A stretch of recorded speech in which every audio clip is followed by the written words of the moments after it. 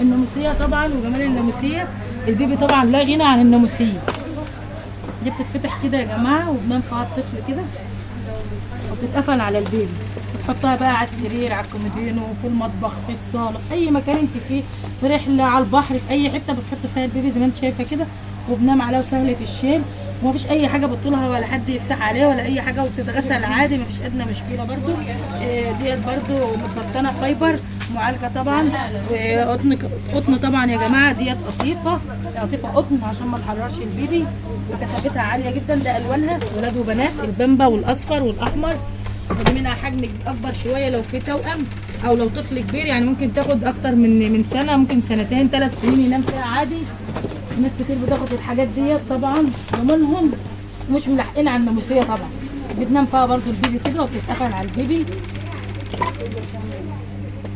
ودي الميزه فيها يا جماعه ان هي بتتفتح من ناحيتين، يعني تتفتح من هنا او تتفتح من هنا عادي.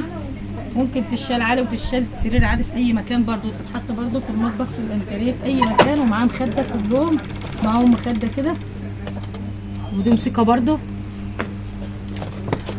عشان يدلع البيبي وهو نايم. ده قطن بقى يا جماعه، قطن في قطيفه جميله جدا. مرتبه اصلا، تعتبر مرتبه وتتاخد في اي مكان. ممكن تحطها جنب السرير، ممكن تحطها في المطبخ، في الانتريه، في الصاله، في